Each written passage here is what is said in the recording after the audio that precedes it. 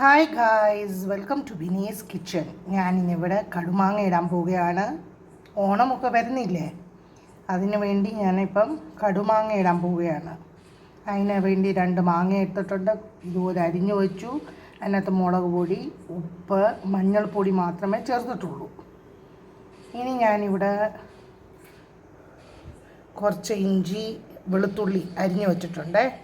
ഇവിടെ ഞാൻ കടായിക്കകത്ത് എണ്ണ ഒഴിച്ചു. ഇനി അതിനകത്ത് ഉലുവ ഇടുക. ഉലുവ പൊട്ടിക്കഴിഞ്ഞ് അതിനകത്തോട്ട് കടുക് ഇടുക. ഇനി ഞാൻ അതിനകത്തോട്ട് ഇഞ്ചി, വെളുത്തുള്ളി ഇടുവാണേ. അതിനകത്തോട്ട് കുറച്ച് കരിയാപ്പില ഇട്ടു. പിന്നെ അതിനകത്ത് ഇച്ചിരി കായപ്പൊടി ഇടുവാണേ. ഇനി ഞാൻ ഈ എണ്ണ അതിനകത്തോട്ട് ഒഴിക്കുക. എന്നിട്ട് ഇതുപോലെ നല്ലപോലെ ഒന്ന് ഇളക്കി കൊടുക്കണേ.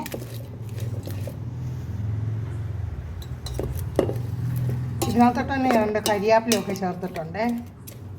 ഇതുപോലെ നല്ലപോലെ ഒന്ന് മിക്സ് ചെയ്ത് കൊടുക്കും. മുളക് പൊടി, ഉപ്പും എല്ലായിടത്തും ഒന്ന്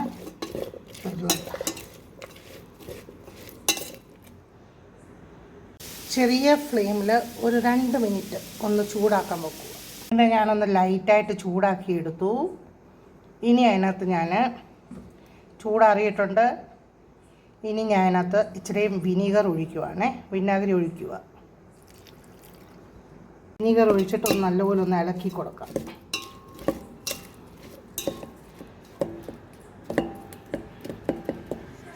ഇതിനകത്ത് തന്നെ ഞാനൊരു 1/2 സ്പൂൺ പഞ്ചസാര ആഡ് ചെയ്യുന്നുണ്ട്. എന്നാലേ ഉപ്പും പുളിയും എല്ലാം ഒന്ന് ബാലൻസ് ചെയ്തു.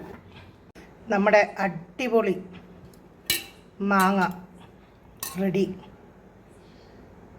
സൂപ്പർ കടുമാങ്ങ.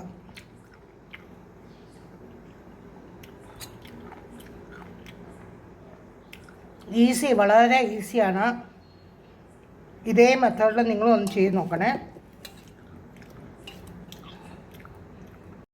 കടുമാങ്ങ ഇങ്ങനെ ഉണ്ടാക്കിയാൽ വെച്ച് നമ്മൾ നല്ല ബോട്ടിലിൽ അടച്ചു വെക്കണം. വിനാഗിരി ഒഴിച്ചുകൊണ്ട് ഇത് കേടാകത്തില്ല.